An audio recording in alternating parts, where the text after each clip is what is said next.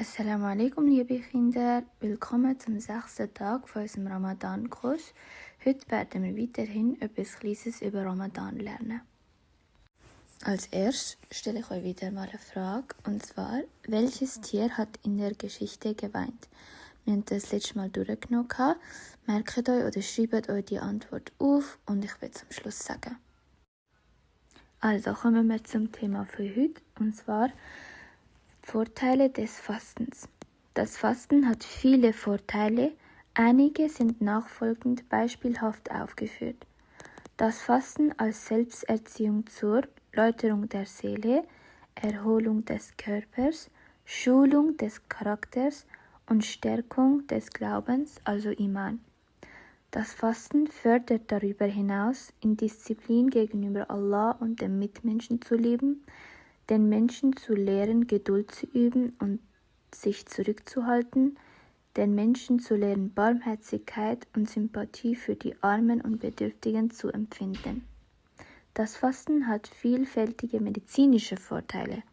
Es stärkt den Körper und heilt einige Krankheiten, es reinigt und erschlackt den Körper und es beruhigt den Magen. Vorteile des Fastens im Ramadan. Das gemeinsame Fasten und Fastenbrechen verstärkt echte Nächstenliebe und fördert Vergebung und Brüderlichkeit. Gegenseitige Besuche fördern Eintracht, Reinheit und Liebe innerhalb der Familie und unter Freunden. Der Monat Ramadan ist der Monat der Wohltätigkeit und Unterstützung der Armen, Bedürftigen, Schwachen und Notleidenden.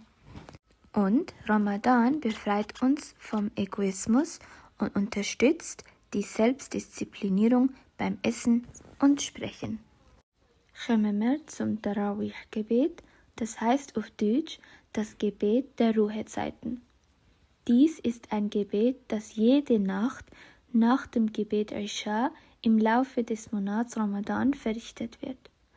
Der Prophet Muhammad sallallahu alaihi wasallam pflegte die Gefährten anzuregen, es zu verrichten. Er sagte, wer den gesamten Monat Ramadan hindurch in Glaube und Zufriedenheit in Allahs Anbetung verbringt, dessen vorherigen Sünden werden vergeben.